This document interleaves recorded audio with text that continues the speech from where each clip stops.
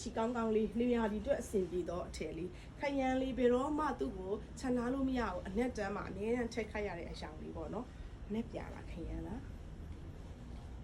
ခရမ်းနော်ခရမ်းရောင်လေးပန်းချီကရောင်စုံလေးသူကဒီအစင်လေးကအပွင့်စစ်စစ်ကလေးလည်းရှိမယ်အပွင့်နည်းနည်းကြက်ကြက်လေးလည်းရှိမယ်ဒါလေးကတော့အပွင့်စစ်စစ်ကလေးဖြစ်ပါတယ်နော်အပွင့်စစ်စစ်ကလေးနဲ့ချိတ်ခွကလေးတွေကိုမှအရောင်စုံစုံလေးသုံးထားတယ်နေ့စဉ်ဝေချီသားကောင်းကောင်းလေးပါစီလုံးလေးက115ဟုတ်စီလုံးလေးကတော့3,1,500ပါနော်ဒါလေးကခရမ်းရောင်အခန့်လေးရလေတကယ်လာရောင်စုံလေးနဲ့ပေါ့နော်တကယ်ကို traditional look ဖြစ်ပါတယ်နံပါတ်လေးက20ဒီ20လေးကတော့စင်တူလေး2အုပ်ရပါမယ်စင်တူလေး2အုပ်ပါနော်တို့ကတော့ကချင်တယ်ဆိုအနက်ပြတို့ခရမ်းတို့မှာပဲဝိချင်တဲ့သူဆိုရွေးပါအရန်ကိုလှတယ်ဒါပေမဲ့ကာလာဆန်းလေးပဲဝိချင်တဲ့သူဆိုရင်ဒါလေးတစ်ထည်ရှိတယ်ဒါကကြတော့သူကခဲပြီးလက်မြေရောင်လေးပေါ့နော်သူကတော့ကာလာဆက်ဆန်းပါတယ်